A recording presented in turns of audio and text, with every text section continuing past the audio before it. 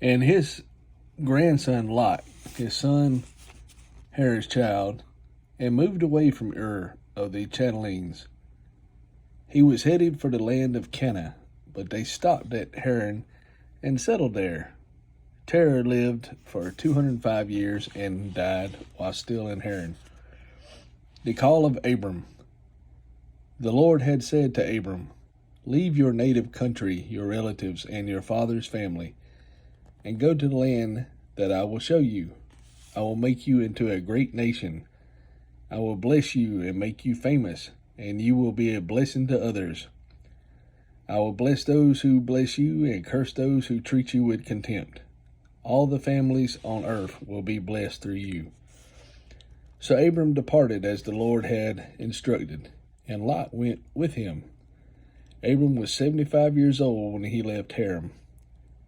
He took his wife Sarah, his nephew Lot, and all his wealth, his livestock, and all the people he had taken into his household at Haran, and headed for the land of Canaan. When they arrived in Canaan, Abram traveled through the land as far as Ch11. There he set up camp beside the oak of Moreh. At that time the area was inhabited by Canaanites. Then the Lord appeared to Abram and said, "I will give this land to your descendants." And Abram built an altar there and dedicated it to the Lord who had appeared to him.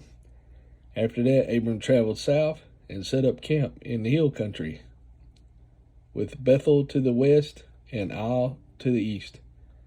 There he built another altar and dedicated it to the Lord, and he worshipped the Lord. And Abram continued traveling south by stages toward the Negev. Abram and Sarah in Egypt. At that time a severe famine struck the land of Canaan, forcing Abram to go down to Egypt, where he lived as a foreigner.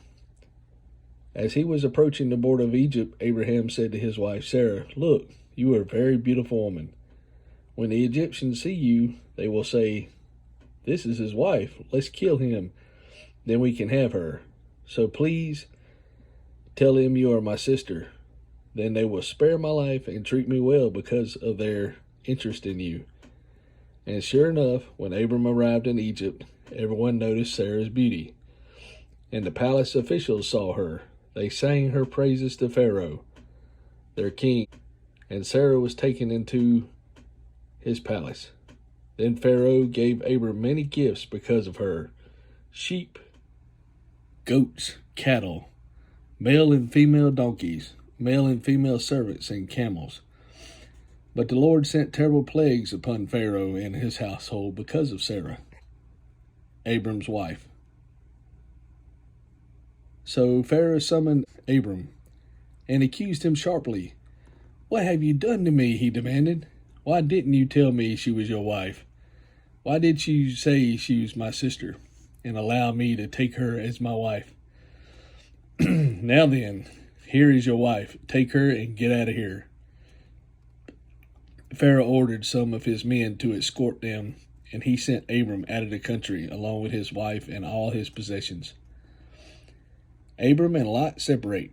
So Abram left Egypt and traveled north into the Negev, along with his wife and Lot and all that they owned. Abram was very rich in livestock, silver, and gold.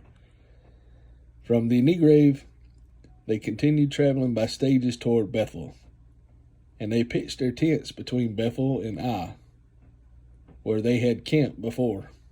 This was the same place where Abram had built the altar, and there he worshipped the Lord again. Lot, who was traveling with Abram, had also become very wealthy with flocks of sheep and goats, herds of cattle, and many tents. But the land could not support both Abram and Lot with all their flocks and herds living so close together. So disputes broke out between the herdsmen of Abram and Lot. At that time, Canaanites and Perizzites were also living in the land. Finally, Abram said to Lot, "Let's not allow this conflict to come between us or our herdsmen. After all, we are close relatives. The whole countryside is open to you. Take your choice of any section of the land that you want, and we will separate. If you want the land to live, then I'll take the land to the right. If you prefer the land on the right, then I'll go to the left. Lot took a long look at the fertile plains of the Jordan Valley in the direction of Zoar. The whole area was well watered everywhere, like the garden of the Lord, or the beautiful land of Egypt. That was before the Lord destroyed Sodom and Gomorrah. Lot chose for himself.